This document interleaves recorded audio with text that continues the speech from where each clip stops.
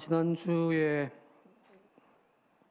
공중근해에 대한 비유를 들어서 내가 지금 발부둥침에 붙잡고 있는 그 세상줄 놓고서 하나님이 뻗어 내가 결단코 절대 무슨 일이 있어도 너를 놓치지 아니하리라, 내가 너를 붙들어 주리라 말씀하시는 그 주님의 손을 향하여 과감하게 손을 탁 놓고서 하나님께 손을 쫙 뻗자고 말씀드렸는데, 한 주간 동안 그 말씀 앞에 순종하면서 이 믿음의 공중근해를 다 보셨습니까?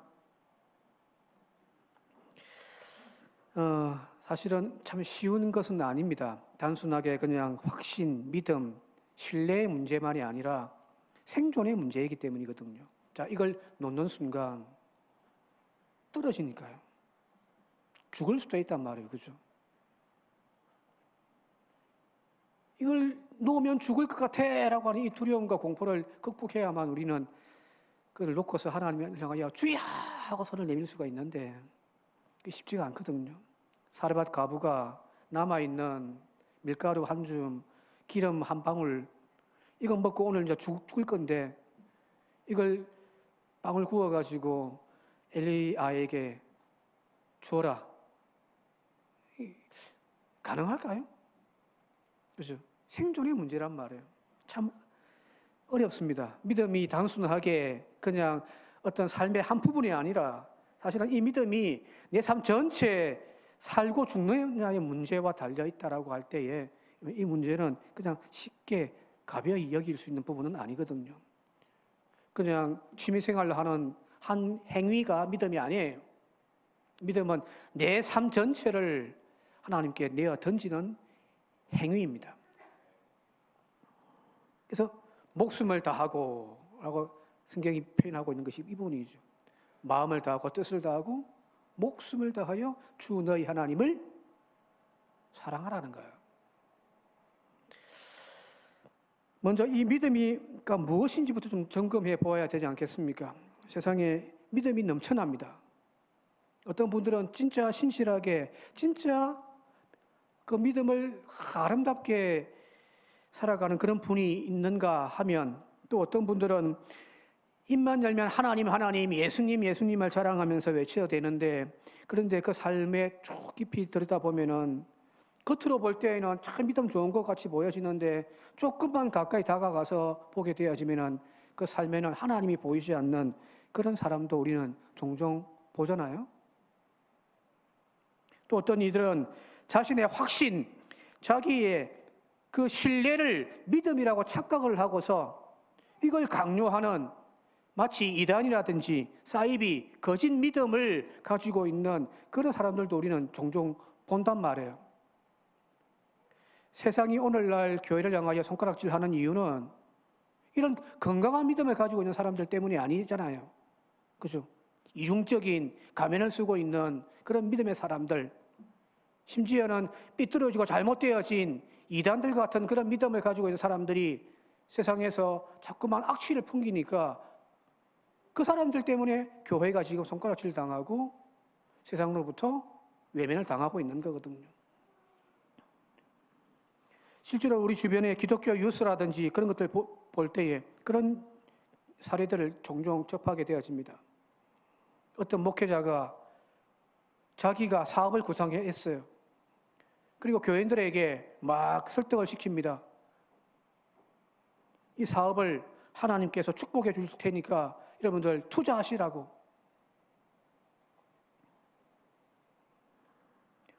사람들이 생각해 보니까 이거 아닌 것 같은데요 라고 이야기를 하면 뭐라고 이야기하냐면은, 쓸데없는 소리 하지 말라고.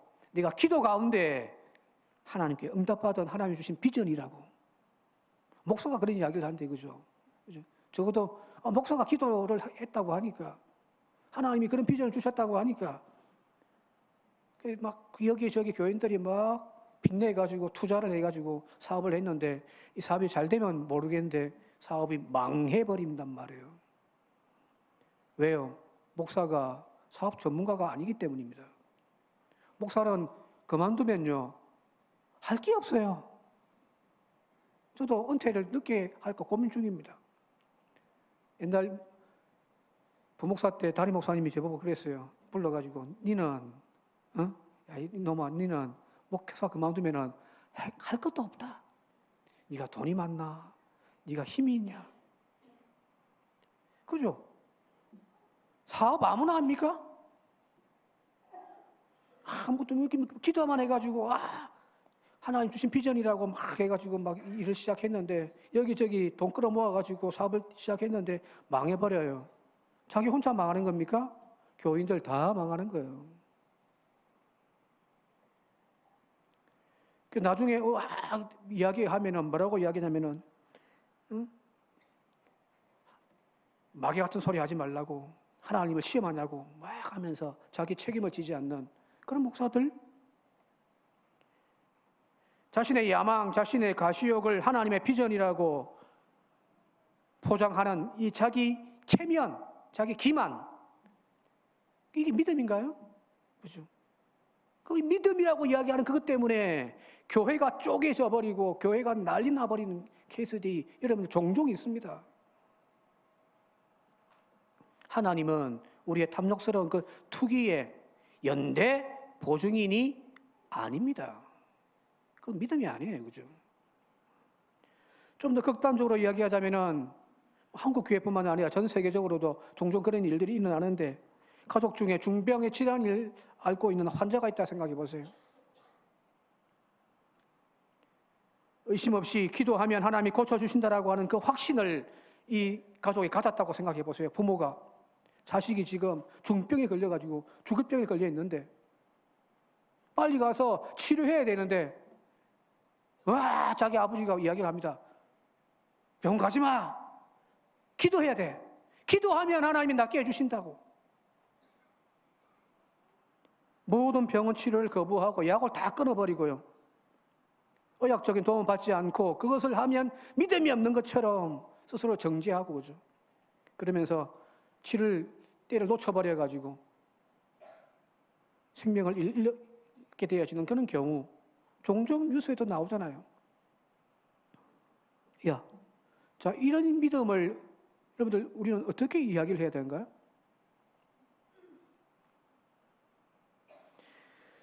설교를 통해서 여러 번 말씀드렸습니다만은 또 중요해서 또 강조해서 말씀드리는 거예요. 소망과 믿음을 착각하지 맙시다. 이건 구별해야 되는 거예요.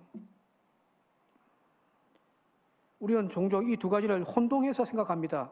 즉 내가 생각하고 있는 내가 바라는 그 바램을 마치 믿음이라고 우리는 생각할 때가 많단 말이에요. 소망이 뭡니까? 바램, 그죠? 다른 말로 소원이겠죠. 내 삶에 문제가 생겼습니다. 이 문제를 해결하는 방향으로 나아가야 될 거 아니에요, 그죠? 질병이 났으면 고침받기를 원하고 빚더미에 앉아 있으면 이 모든 경제적인 문제가 해결되기를 원하고 내 가정에 자녀의 문제가 있으면 자녀가 건강하게 다시 회복되기를 원하는 것이 그게 소원, 소망이란 말이에요.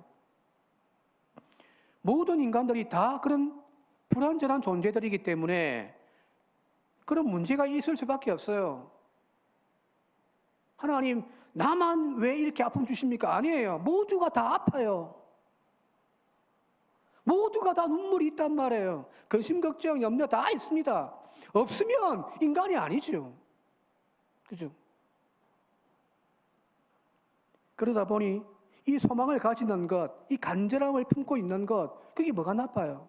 아프니까 낫기를 바라야죠. 그렇게 기도해야죠.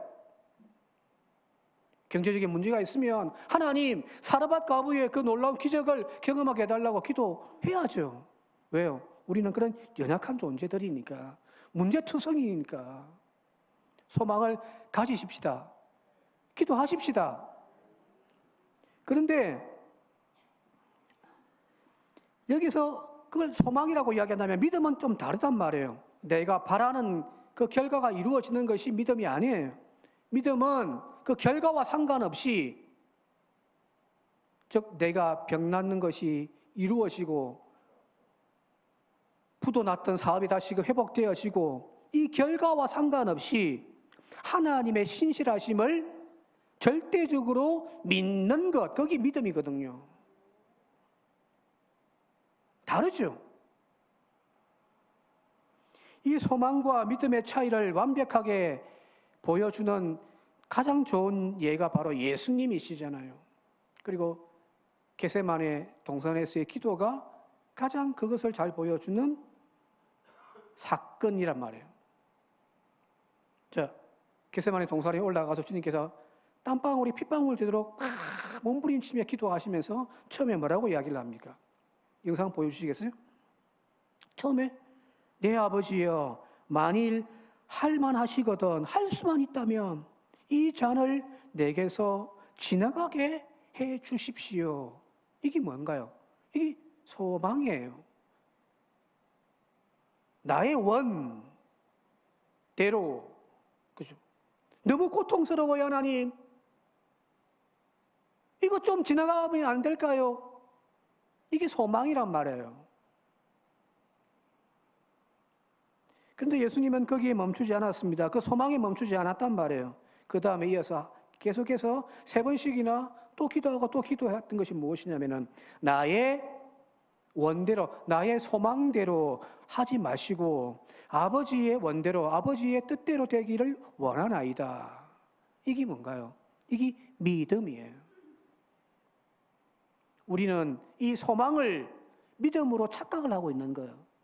지나가게 해 주시면 그게 하나님의 살아계심을 내가 믿습니다라고 하는 그 믿음으로 우리는 착각을 하고 있습니다. 아니에요. 믿음은 뒤에 거예요. 나의 원대로가 아닌 아버지의 뜻대로 되어져 가는 것을 나는 따르겠습니다. 이게 믿음이거든요. 예수님의 이 모습을 기준 삼아 볼 때에 자신의 소망을 믿음으로 착각하는 사람들, 바로 그 사람들은 응답이 지연되거나 하나님이 거절하셨을 때에 처참하게 그 믿음이 무너져 버립니다. 자기 시나리오대로, 자기 뜻대로 되지 않으니까 이 믿음이 무너져 버리는 거예요. 왜요? 그건 가짜 믿음이었기 때문입니다. 그러나 진짜 믿음, 그 진짜 믿음을 가지고 있는 사람은 자기의 소망이 꺾여진다 할지라도 여러분들 절대 하나님의 손을 놓지 않습니다. 왜요? 그 믿음의 대상은 나의 소망이 아니라 하나님이셨기 때문입니다. 오늘 이 믿음을 가지는 저와 여러분 되시길 바랍니다. 세상에 이 믿음이 부족해서 지금 이 믿는 사람들이 세상 사람들에게, 믿지 않는 사람들에게 손가락질 당하고 있는 거잖아요. 믿는다는 것들이 보니까 믿음이 없어 보인단 말이에요. 오늘 읽었던 이 히브리서 11장, 이 믿음의 장이 바로 그걸 보여주고 있는 겁니다. 본문에 보게 되어지면 믿음으로 살아갔던 수많은 믿음의 조상들의 이야기가 쫙 나와요. 그리고 오늘 본문 읽었던 이 본문의 내용은 이 믿음의 사람들, 이 믿음이 두 가지 얼굴로 나타난다는 것을 우리에게 또 보여주고 있습니다. 자, 첫 번째, 이 믿음이란 능력이에요. 자, 33절, 34절 같이 한번 본문을 읽어볼게요. 33절과 34절입니다. 시작. 그들은 믿음으로 나라를 이기기도 하며 의를 행하기도 하며 약속을 받기도 하며 사자들의 입을 막기도 하며 34절 불의 세력을 멸하기도 하며 칼날을 피하기도 하며 연약한 가운데서 강하게 되기도 하며 전쟁에 용감하게 되어 이방 사람들의 진을 물리치기도 하더라는 거예요. 뭐가요? 믿음의 사람들이 이런 일들을 이루어가더라는 거예요. 그죠? 모세가 애굽의 바로 왕을 철저하게 굴복시켜 무릎 꿇게 만들어 버리더라는 거예요. 한 사람이, 믿음의 한 사람이 한 나라를 무릎 꿇게 만들어 버린. 연약한 히스기야 왕이 저 대제국 아시리아와 맞서서 싸워가지고 사내드립을 그 군대를 이겨버리더라는 거예요. 그죠? 다니엘과 같이 사자굴에 들어가더라도 사자굴에 그 입을 막아가지고 목숨을 다시금 살려내는 그런 능력들이 나타나더라는 거예요. 33절, 34절 그 이야기잖아요. 성경에 믿음의 사람들이 이런 능력들을 바라더라. 여러분, 기독교는, 우리가 믿는 하나님은 결코 무능한 하나님이 아니고 무능한 종교가 아니에요. 하나님은 저 우상들처럼 손과 발이 있음에도 움직이지 못하는, 아무것도 행하지 못하는 그런 우상, 가짜신이 아니란 말이에요. 오늘도 살아 역사하시며 우리를 돌보시고 우리의 역사 한가운데 개입해 들어오셔서 우리를 건지시고 응답하시는 살아계신 하나님을 찬양합시다. 예? 그 하나님을 의지하며 믿음으로 고백하며 나아갑시다. 내 하나님 그런 하나님인데 왜 하나님 믿는 우리가 이렇게 연약합니다 말이에요. 믿음 없이. 자, 앞부분 33절 34절은 이 살아계신 하나님 능력 가운데 개입해 들어오셔서 우리를 건져내시는 하나님에 대한 이야기예요. 자, 그런데 35절부터 36절, 37절을 보게 되어지면 또 다른 이야기가 나와요. 자, 한번 읽어볼까요? 36절, 37절 같이 읽어보겠습니다. 시작. 또 어떤 이들은 조롱과 채찍질뿐 아니라 결박과 옥에 갇히는 시련도 받았으며 돌로 치는 것, 톱으로 켜는 것과 시험과 칼로 죽임을 당하고 양과 염소의 가죽을 입고 유리하여 핍과 환난과 학대를 받았다. 조금 전까지 읽었던 이야기와 반대되는 이야기. 그죠? 어떤 이들은 다니엘 같은 믿음의 사람은 사자 입을 틀어막아가지고 거기에서 살아 돌아오기도 했단 말이에요. 그죠? 그런데 초대교회 또 어떤 믿음의 사람들은 그 원형 경기장에 던져져서 사자굴에 밥이 되기도 했단 말이에요. 어떤 이들은 불의 세력을 멸하기도 했습니다. 그런데 또 어떤 믿음의 사람들은 그 화형대 위에서 불에 타 순교당하는 믿음의 역사도 이루어지기도 하더라는 이야기예요. 지금 이 이야기는 그거예요. 저 앞에서 쭉 이야기했던 모세의 이야기, 아브라함의 이야기, 야곱의 이야기, 믿음의 조상들의 이야기를 쭉 해놓고서 이들은 이런 놀라운 능력 가운데 하나님께서 그들을 붙들어 주셨고 건지셨고 살려주시는 놀라운 경험들을 했던 믿음의 사람들이었다. 그런데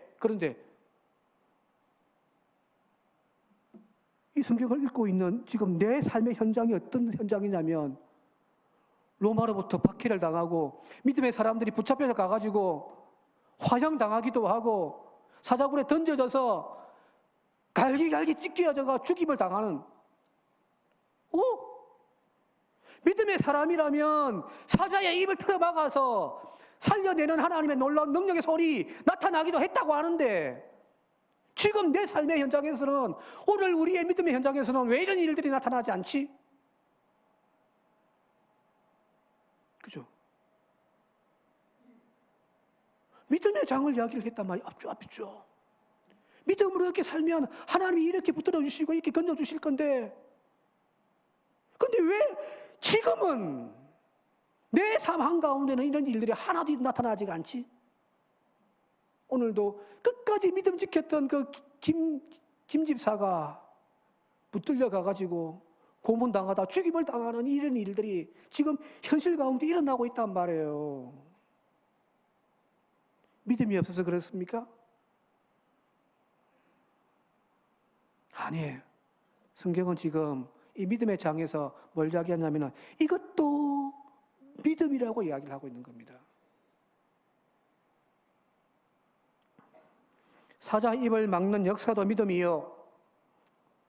죽은 자를 다시 살려 이렇게 세우는 기적 같은 믿음의 역사도 나타나기도 하지만 또 한편에서는 그 믿음의 사람들이 조롱을 당하고 채찍질 당하고 결박을 당하고 옥에 갇힘을 당하고 순교당하는 그런 신앙의 역사도 믿음의 역사다라고 지금 이 11장은 우리에게 이야기를 하고 있는 겁니다. 여러분들 만약에 우리가 이 믿음을 우리가 원하고 바라고 기도하는 대로 응답되어지고 이루어지는 것이라고 한다면 이 사람들은 믿음의 실패자들인 거죠. 그죠? 우리가 지금 교회를 위해서 믿음의 식구들을 위해서 아픈 성도들을 위해서 기도를 하고 있는데 기도한 대로 응답되지 않고 계속해서 자꾸만 악화되어 가는 것을 볼 때에 절망해요. 기도해도 소용없나?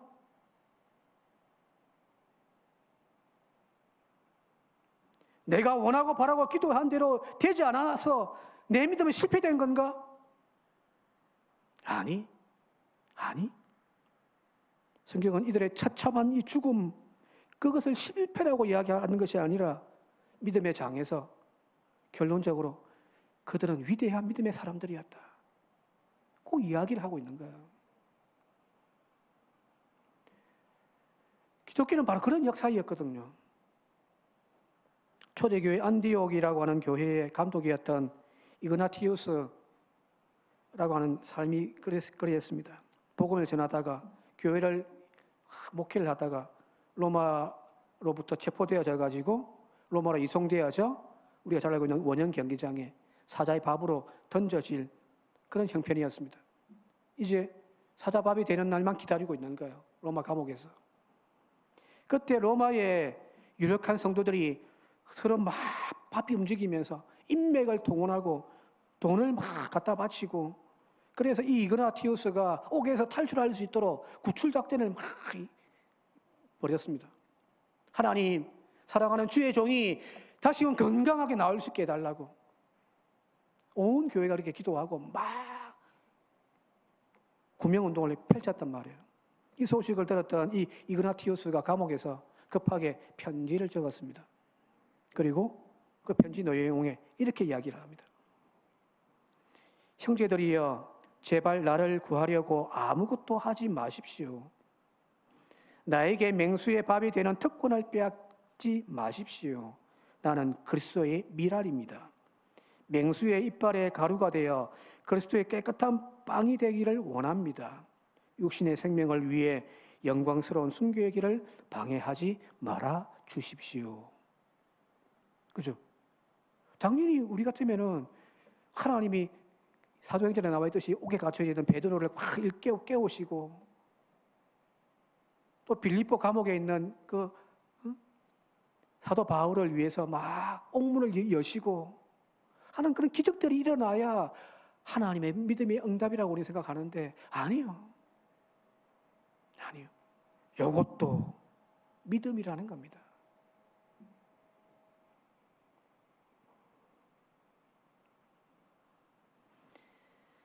지난 주일 설교하고 또 이어서 이렇게 설교하는 이유가 바로 그거예요.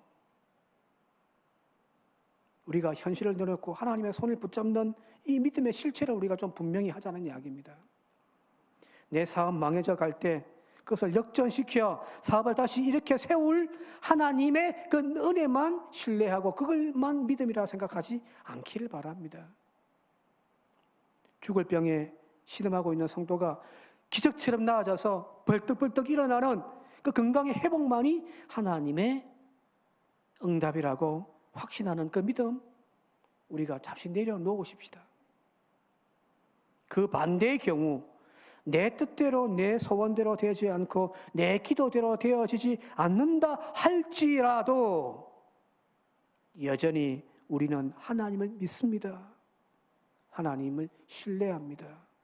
하나님을 찬양합니다. 라고 고백하는 그 진짜 믿음을 우리가 좀 가져보잔 말이에요. 그죠? 바로 이 진짜 믿음의 표본이 다니엘서 3장에 나와 있는 다니엘의 세 친구 사드락, 메삭, 아벳느고 고백이 나오잖아요. 왕이 신상을 세워놓고 다 절하게 했는데 이들이 꼿꼿하게 끝까지 허리를 숙여 절을 하지 않습니다. 왕이 이야기합니다. 너 절 안 하면 너희들 다 저 풀무불에 던져 죽는다 라고 이야기했을 때 왕에게 이 세 친구가 이렇게 고백합니다. 함께 읽어볼게요. 다니엘서 3장 17절입니다. 함께 읽겠습니다. 시작. 왕이여, 우리가 섬기는 하나님이 계시다면 우리를 맹렬히 타는 풀무불 가운데서 능히 건지시겠고 왕의 손에서도 건져내실 겁니다. 왕이여, 나는 하나님 믿습니다. 하나님이 우리를 건져내실 거예요. 왜? 하나님 살아계시기 때문입니다. 절대 허리 숙여 저 우상 앞에 절하지 않겠습니다. 멋지잖아요, 그죠? 대단한 믿음입니다. 근데 여기까지만이 그들의 믿음이 아니에요. 그 다음이 더 멋져요. 18절 같이 읽어볼게요. 18절 시작. 아니하실지라도 왕이여 우리가 왕의 신들을 섬기지도 아니하고 왕이 세우신 절하지도 아니할 줄을 아옵소서. 여기 그리하지 아니하실지라도 하나님이 저 타오르는 불모 속에서 우리를 건져내지 않는다 할지라도 우리는 끝까지 그 하나님에 대한 믿음을 신뢰를 꺾지 않을 겁니다. 이게 진짜 믿음인 거죠. 그죠? 내가 살든지 죽든지 내 사업이 성공하든지 실패하든지 내 질병이 낫든지 낫지 아니하든지 내 인생의 결론을 하나님의 선한 뜻에 있음을 믿고 고백하며 오늘도 그 손을 놓고 하나님 손을 붙잡을 수 있는 그 사람이 되시기를 주님의 이름으로 축원합니다. 바로 그런 사람을 오늘 성경에 나와 있는 말씀처럼 세상이 감당 못하는 거예요. 한번 38절 앞부분을 읽어볼게요. 38절 앞부분입니다. 시작. 이런 사람은 세상이 감당하지 못하느니라. 그죠? 이런 사람들이 교회에 넘쳐나야 세상이 감당하지 못해요. 제가 늘 이야기하잖아요. 같지 않은 것들이란 표현. 같지 않은 거예요. 같지 않은. 성도 같지 않고 목사 같지 않고 그게 같지 않은 거예요. 그죠? 세상 사람 손가락질하면서 비웃는 거잖아요. 그런데 이런 사람들은 세상이 감당하지 못한단 말이에요. 자, 여기도 참 의미 있는 표현이 있습니다. 이게 세상이 감당하지 못한다 이런 표현이 있는데 이 번역이 조금 듣기는 멋진데 분명한 뜻이 잘 전달되지가 않아요. 여기 감당하지 못한단 말이 악시오스라는 단어예요. 이게 많이 들어보셨을 거예요. 미국의 보수 언론 단체 이름이 악시오스 이런 표현들이 많이 나와요. 이 악시오스예요. 이 악시오스란 말이 아고라고 하는 단어에서 나온 거예요. 이 아고라는 단어가 뭐냐면은 저울질하여 무게를 달다라는 그 뜻이거든요. 무게를 달다, 저울질하다는 뜻이에요. 자, 한번 생각해 보세요. 옛날 저울은 이렇게 이제 양팔 저울이잖아요, 그죠? 한쪽 그릇에 물건을 하나 올려놓고 또 한쪽에다가 또 다른 물건을 올려놓고서 무게를 이제 비교하는 거잖아요, 그죠? 자, 이게 무게를 달단 말이에요. 자, 한쪽에 로마 대제국을 올려놓는다 생각해 보세요. 모든 권력을 움켜쥐고 있는 황제의 권력을 이 한쪽 저울에다가 올려놓았습니다. 오른쪽에는. 자, 왼쪽에는 지금 박해당하고 무시당하고 재산을 압수당하고 지금 막 감옥에 갇혀져 있고 저 사자굴에 던져지는 그런 믿음의 성도들을 올려놓는다고 생각해 보세요. 하나는 로마 대제국 황제의 권력을 올려놓았어요. 하나는 지금 박해당하고 있는 믿음의 사람들을 올려놓았습니다. 자, 무게가 어디로 기울까요? 저울이 어디를 기울까요? 요렇게, 그죠? 그죠? 세상이 봤을 때는 저 믿음의 사람들 지금 저렇게 죽어나가고 있는 무시당하고 있는 그 성도들의 삶은 너무너무 가벼운 존재들이에요.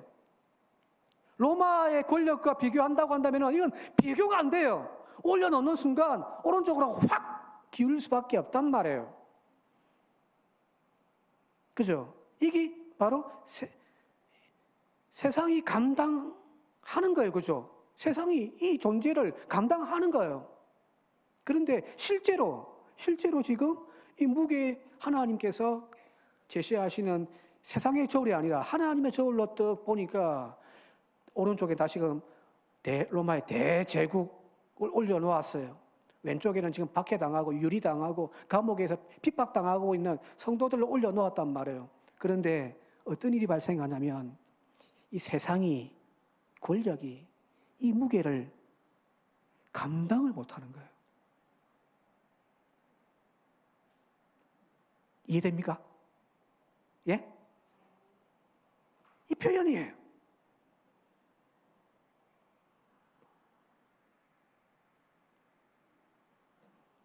하나님의 저울로 무게를 달면 로마 대제국조차도 믿음으로 살아가는 성도 한 사람의 무게를 감당을 못하는 거예요. 그런 대단한 존재들인 거예요. 저와 여러분들이. 지금은 이 믿음의 사람들이 없으니까 이게 지금 역전되어져 가지고 세상이 교회를 우습게 보고 있죠.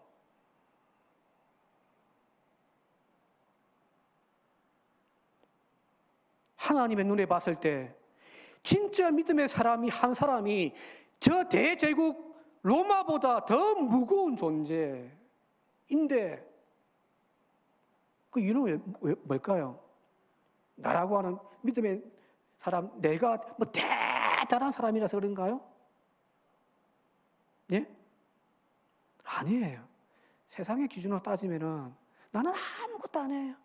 그냥 깃털과 같은 존재예요. 그런데 믿음을 고백하고 예수 그리스도를 나의 삶의 구주로 고백하며 모시고 살아가는 나의 삶 한가운데는 무엇이 들어와 있냐면 하나님이 들어와 있는 거예요. 여러분들, 하나님의 무게입니다. 여러분들은 이 우주 만물보다 더 위대하신 하나님이 들어와 계신 존재들인 거예요. 엄청난 존재들입니다.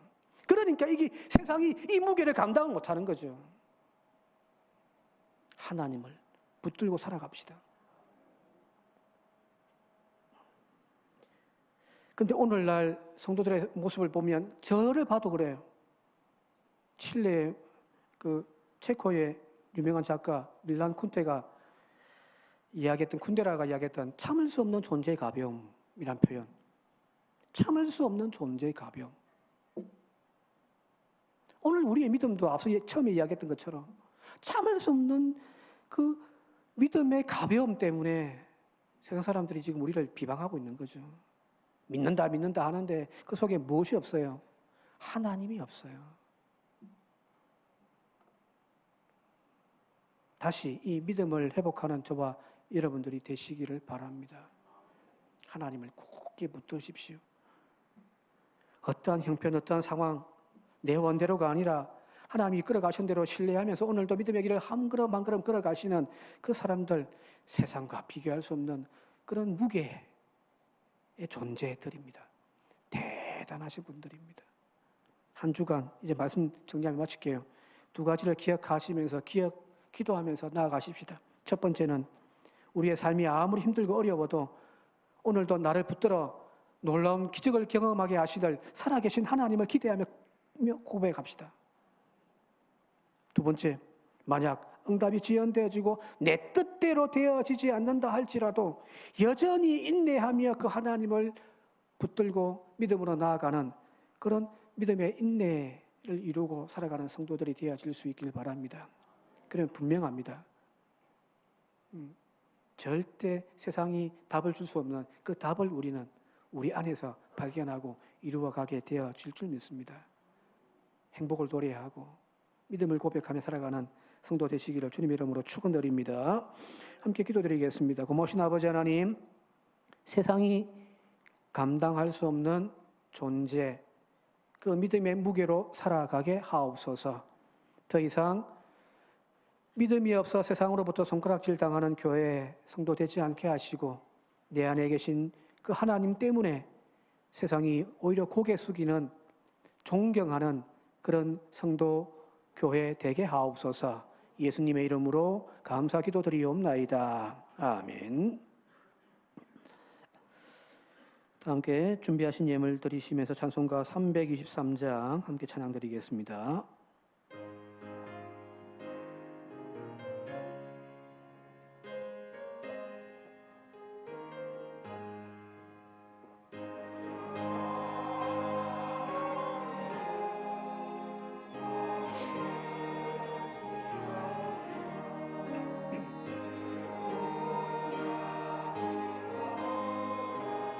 주만 따라가오리니 이름은 누가 막으리까 죽음인들 막으리까 어느 누가 막으리까 죽음인들 막으리까 아골골짝 빈들에도 복음 들고 가오리다 소돔 같은 거리에도 사랑하고 찾아가서 종의 몸에 지닌 것도 아낌없이 드리리다 종의 몸에 것도 아낌없이 드리리다 존귀 영광 모든 권세 주님 홀로 받으소서 멸시천대 십자가는 제가 지고 가오리다 이름 없이 빛도 없이 감사하며 섬기리다 이름 없이 빛도